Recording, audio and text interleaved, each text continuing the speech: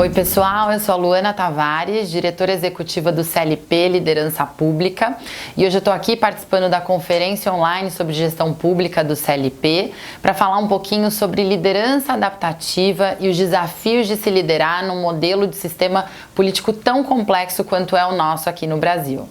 Bom, a tarefa mais difícil da liderança no setor público no Brasil é lidar com todas as perspectivas diferentes dentro de uma tomada de decisão, da decisão de implementação de um projeto, de uma política pública ou uma decisão interna de gestão na administração pública. Nós vivemos um momento em que a sociedade tem mudado a forma de lidar com o serviço público, a população já não quer mais o modelo tradicional, um modelo de comunicação com a gestão pública tradicional, e também já apresentou demandas de uma forma bastante contundente em relação à mudança na prestação de serviços públicos.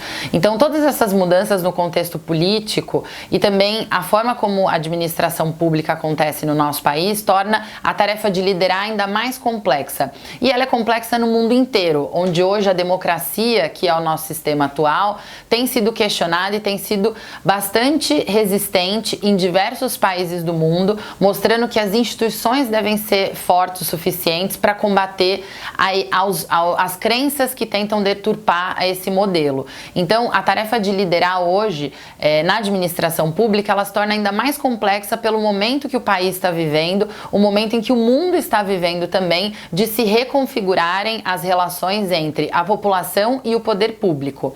E para lidar com essa tarefa, é muito importante ampliar a nossa consciência em relação a esse papel, ampliar a nossa consciência em relação a novas formas de se administrar, ampliar a nossa consciência em relação às crenças que devem ser analisadas e devem ser revistas nesse momento na administração pública, e fazer com que essa mudança ela comece a ser transposta, ela começa a ser exposta para a população de uma maneira mais clara. Bom, e tem uma diferença muito grande entre autoridade e liderança. Nós falamos muito isso nos programas de formação e no diálogo que o CLP tem também com o setor público, com os gestores, com os políticos, em relação à autoridade e liderança. Existe uma diferença muito grande entre as duas e também uma forma de se atuar e de se utilizar dessas duas formas de administração de maneiras diferentes. Então, a primeira, que é a autoridade, ela entrega serviços àquele grupo, né, aos liderados e também àqueles que esperam as entregas dessa autoridade, que é uma direção, segurança, né, direcionamento e uma estabilidade em relação à tomada de decisão. Então, as respostas são muito esperadas das autoridades, principalmente as autoridades formais. Então, quando uma autoridade ocupa um cargo formal, ou seja, um cargo de influência em gestão, um cargo que existe ali abaixo daquela pessoa uma série de pessoas que são conduzidas diante desse direcionamento, por exemplo, cargos de gestão, né, cargos que executam ou lideram grandes mudanças, grandes orçamentos e grandes equipes. Esses cargos de autoridade, eles já conferem formalmente esse papel de dar a segurança, de dar as respostas, né? Quantas vezes a gente não espera de um secretário ou de um prefeito, de um governador, de um governante ou até de um gestor público a resposta clara para resolver aquele problema. E hoje muito tem se esperado desse papel de autoridade, posicionamentos claros, posições em relação às demandas da população e respostas claras. Então, o papel de autoridade, ele é muito importante e ele pode ser formal ou informal, e ele entrega esses serviços que eu mencionei: direção, as respostas e segurança para aquele conjunto de indivíduos, conjunto de organizações que dependem da direção dessa autoridade. Por outro lado, nós temos a liderança. E o papel da liderança também é muito importante. Ele pode também ter uma conotação formal ou informal, né? A liderança, ela pode estar ocupando um cargo ou não ocupando um cargo, mas o que difere a liderança da autoridade é que ela entrega serviços muito diferentes. Ela entrega propósito, ela entrega visão e ela entrega o desconforto positivo. É o que nós utilizamos muito aqui também no CLP, nos nossos programas, nas nossas formações, em falar sobre o desconforto positivo, que é uma das principais atribuições da liderança, que é provocar aquele conjunto de indivíduos ou aquela instituição, aquele sistema, sobre quais crenças ele quer se manter, quais crenças ele quer rever. E esse papel de liderança, ele também pode ser exercido por um cargo que não, uma pessoa que não ocupa um cargo, né? Que aí a gente já vai para a segunda parte dessa discussão sobre liderança e autoridade.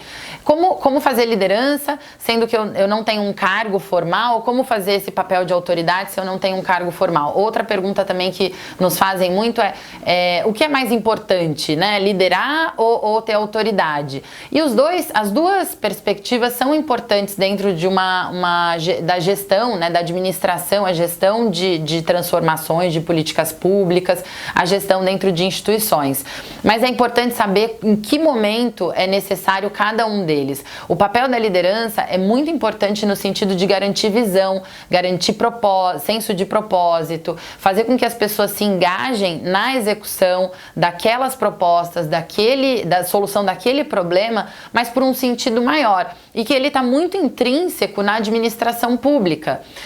Afinal, o papel de servir, né, o papel de ser um servidor, independente da sua atuação, já pressupõe um forte senso de propósito genuíno de contribuir para melhorar os serviços prestados para a sociedade e a vida das pessoas. É por isso que o papel de liderança dentro da administração pública se torna ainda mais importante, exercer esse papel.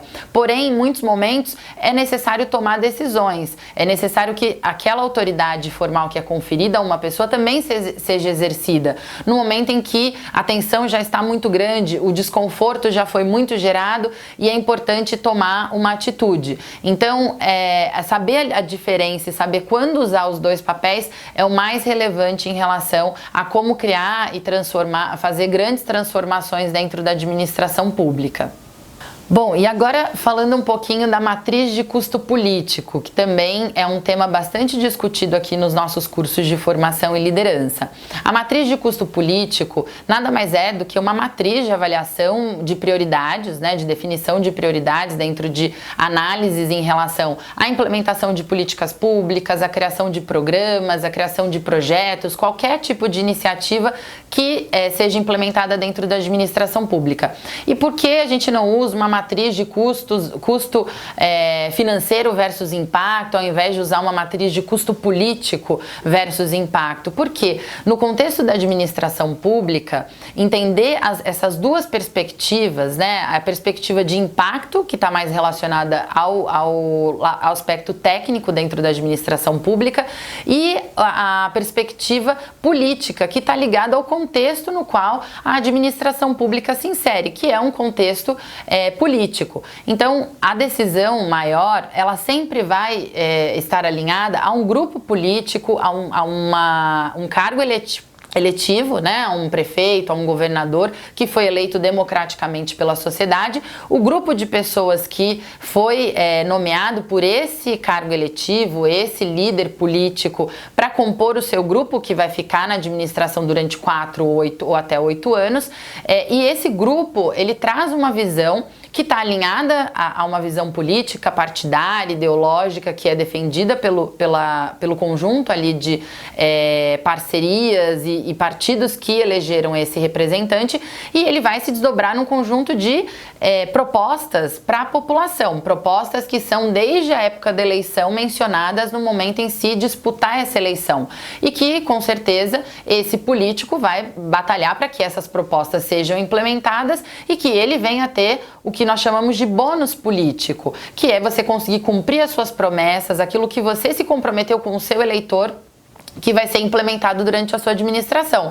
Porém, quando você entra na administração pública, existe um conjunto de ações que já foram implementadas, políticas públicas que já estão vigentes, resultados que já foram atingidos, não resultados, né, ou resultados negativos que também foram atingidos, e uma série de equipes ali abaixo dessa administração política que tem a atribuição e a responsabilidade de guardar a memória de tudo isso que foi implementado e zelar pela qualidade e a continuidade das políticas públicas, que é o que nós chamamos aí do aspecto técnico. Então, quando esses dois mundos se encontram no momento de entregar resultados para a população, essa matriz se faz muito necessária, porque ela ajuda você, gestor público, e você, político, num cargo eletivo, a contemplar as duas perspectivas no momento de tomar uma decisão. Então, no lado do custo político da matriz, no eixo do custo político, o que vai ali, né? O que a gente considera dentro dessa perspectiva? Nós consideramos tudo aquilo que foi prometido politicamente, né? Se aquela, por exemplo, nós estamos falando de uma política pública, seja ela para melhorar a saúde, educação, segurança pública, infraestrutura, projetos transversais, né? Projetos de gestão, projetos de austeridade financeira, qualquer que seja a iniciativa, ela tem que, no eixo do custo político, considerar, ela está alinhada ou não com o plano de governo que foi trabalhado durante a campanha e foi objeto de promessa para a população. Quais são as lealdades que, eventualmente, essa iniciativa pode quebrar politicamente, considerando esse contexto político? Quais são as desvantagens em relação a se implementar isso, alinhando, entendendo qual é o contexto político no momento, qual é a composição da Assembleia Legislativa, caso essa iniciativa tenha que passar por uma votação, por exemplo, na Assembleia Legislativa, ou na Câmara dos Vereadores, ou na Assembleia, na Câmara de Deputados Federais, no Senado, qual é o contexto político e quais são os custos, né? Quais são ali as questões que são críticas negativas e que podem apresentar um custo político, tendo em vista qual foi a base do plano de governo e das promessas de campanha e daquilo que norteou todo esse grupo político que está ali presente. No eixo do impacto, o que a gente deve considerar? Por outro lado, apesar de todos esses custos políticos que estão envolvidos, veja aqui quais são os resultados que podem ser atingidos e que fazem com que essa iniciativa seja muito estratégica e muito importante para a população, muito importante para melhorar a qualidade de algum serviço público, para melhorar a gestão da máquina pública, para atingir algum indicador, né, o resultado de algum indicador que seja muito negativo e que, de repente, não era do conhecimento desse grupo político quando assumiu, e isso pode acontecer, né, e acontece no momento em que se fazem as propostas. Esse grupo político ainda não está dentro da máquina pública, então é muito natural que, ao entrar, se depare com uma série de outras iniciativas que já estão em andamento ou que devem ser implementadas e que não necessariamente foram consideradas no projeto político. Então, qual é o impacto que essa iniciativa pode gerar? Qual é o impacto em termos de visibilidade? Quantas pessoas ela vai atender? Qual é o indicador que ela vai resolver? Qual é a visibilidade que se pode criar? Qual é o pioneirismo que está por trás dessa iniciativa? Nós temos visto, por exemplo, uma discussão muito grande sobre gestão de pessoas no setor público, até um tema de debate muito grande aqui para o CLP. Então, a gestão de pessoas no setor público ela envolve diversas dimensões. E uma delas que nós vimos muito fortemente na última eleição é o processo seletivo para cargos de indicação, de livre nomeação, os cargos que nós chamamos de comissão. O uso de processo seletivo para esses cargos é uma iniciativa muito inovadora, que tem uma série de custos políticos a serem considerados, mas, por outro lado, tem um pioneirismo muito grande por trás e pode melhorar consideravelmente a qualidade dos serviços públicos quando você vai entendendo que você vai valorizar muito mais o equilíbrio entre o técnico e o político no momento de se nomear uma pessoa para ocupar um cargo de direção, por exemplo. Então, considerar ali o pioneirismo dessa iniciativa é muito importante. Nós vimos a visibilidade que isso teve na última eleição. Vários governadores, inclusive, fizeram processos seletivos para a escolha dos seus secretários, processos seletivos profissionais, considerando alinhamento político e também conhecimento técnico. Agora nós acabamos de ver o próprio governo federal soltando indícios de que vai ser criado um banco de talentos para selecionar as pessoas para o primeiro e segundo escalão dentro da administração pública federal. Então, é uma iniciativa que tem ganhado aí espaço, tem uma série de custos políticos envolvidos, quando a gente considera especialmente a forma como as composições partidárias são feitas hoje e o uso dos cargos como uma forma de retribuir as coligações partidárias que são geradas durante a eleição. Então o custo político é muito alto, porém, olha o tamanho do impacto que essas iniciativas podem gerar, o pioneirismo que essa iniciativa pode gerar, e quando você elenca todos esses aspectos e considera a avaliação deles em conjunto, né, dá pesos para essa avaliação em conjunto, o que vai acontecer? Você vai conseguir criar um plano de ação para mitigar todos esses custos políticos e exaltar o eixo de impacto no momento em que você comunica o que vai ser feito para a população e comunica para todos aqueles stakeholders que estão envolvidos nessa iniciativa. Então é muito importante entender a matriz de custo político versus impacto como uma ferramenta de gestão, porque ela é sim uma ferramenta de gestão para tomar melhores decisões e também para considerar melhor quais ações eu devo priorizar ou não dentro desse projeto que foi priorizado, né? De que forma que eu vou conduzir, então, a comunicação dessa iniciativa e o engajamento dessas pessoas que vão estar aqui envolvidas ou no eixo do custo político ou no eixo do impacto. Então, tem muito a ver também com comunicação, com a forma que esse governo, esse grupo, né, ali técnico que está envolvido na iniciativa, vai comunicar isso para os stakeholders, vai comunicar isso para a população, exaltando os aspectos de impacto e mitigando os aspectos de custo político. Então, é muito importante considerar esses dois eixos e fazer uma avaliação crítica, unindo o aspecto técnico, mas também considerando todo esse grupo político e o contexto político no qual ele está inserido. E falando sobre os desafios adaptativos, né, o que é a liderança adaptativa que o CLP tanto fala e como conduzir isso, como que isso pode ajudar o gestor, a esse líder político, né, você que está exercendo um cargo político, você que exerce um cargo de secretário ou de gestor público em qualquer posição. A liderança adaptativa, ela nada mais responde do que aquela primeira pergunta que nós respondemos aqui no início desse bate-papo, que é qual é o principal desafio do líder, né? Qual é o principal desafio de se liderar dentro do contexto da administração pública no Brasil hoje em dia? E eu mencionei que era engajar as pessoas para fazerem a transformação. E a liderança adaptativa, ela toca exatamente nesse ponto.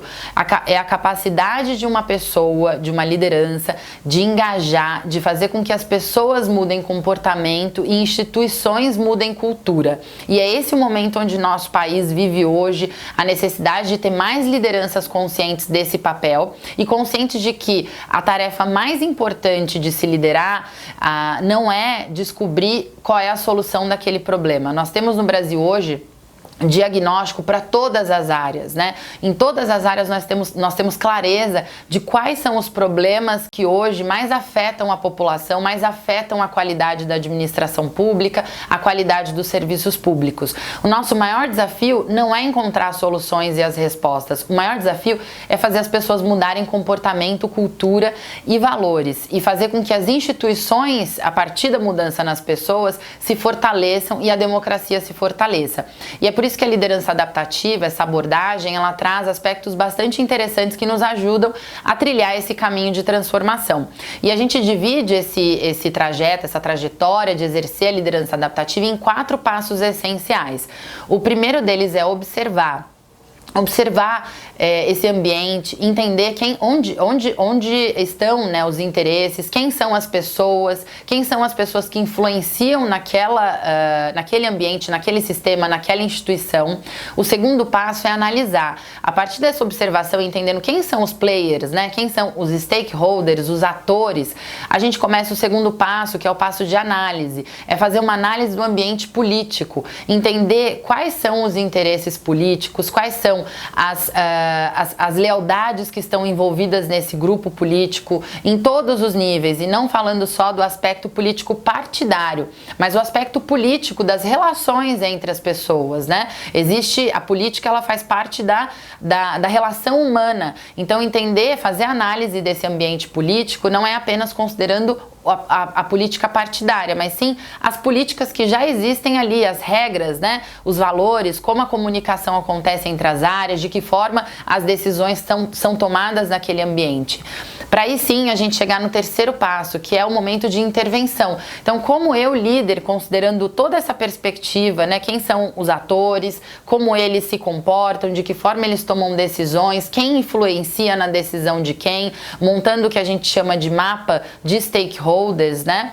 Como eu vou usar isso para tomar as minhas decisões, né? Utilizando aquele mapa, aquela matriz de custo político versus impacto, que nessa etapa de análise eu posso já iniciar a montagem e, a partir dela, ter as minhas intervenções, que é a terceira etapa, mais bem calculadas, mais bem calibradas. Então, quem eu tenho que ouvir, quem eu tenho que informar, quem eu tenho que aguardar, quem eu tenho que discutir em conjunto, para quem eu tenho que me reportar em relação a isso, né? De que forma eu exponho essas ideias. Então, o terceiro passo é muito importante porque é o momento da ação, é o momento da intervenção. E de que forma eu vou fazer essa intervenção? É fazendo uma reunião, buscando um conjunto de instituições para me apoiarem, é tendo o aval político da liderança, é tendo o aval técnico do meu grupo técnico envolvido, né, nessa iniciativa.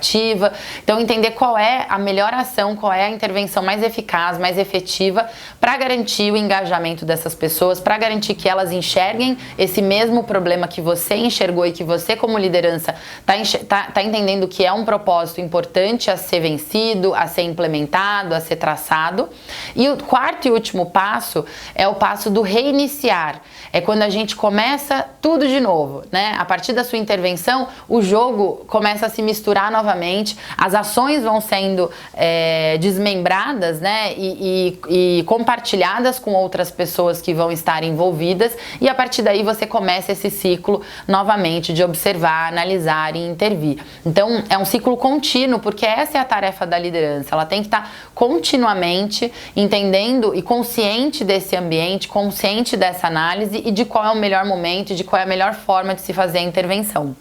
Então, o estudo é um resumo, é claro, do que é a liderança adaptativa, do papel da autoridade da liderança. A gente fala muito mais nos programas do CLP, com certeza. Aqui é só um bate-papo para esquentar a nossa atuação esse ano, abrir o ano discutindo com você, gestor público, sobre os seus desafios, trazendo conteúdo para enriquecer ainda mais o debate e nos ajudar nos desafios que a gente vai ter esse ano. E lembrando que todos esses conceitos você consegue aprender e entender melhor, né, muito mais no nosso programa MLG, o Master em Liderança e Gestão Pública, que vai ter as inscrições abertas agora no final de março. A gente espera a 6ª turma desse programa, enriquecendo ainda mais a nossa rede, que hoje já tem 163 líderes que passaram por essa formação e também estão levando adiante esses conceitos de liderança adaptativa e nos ajudando na transformação do país.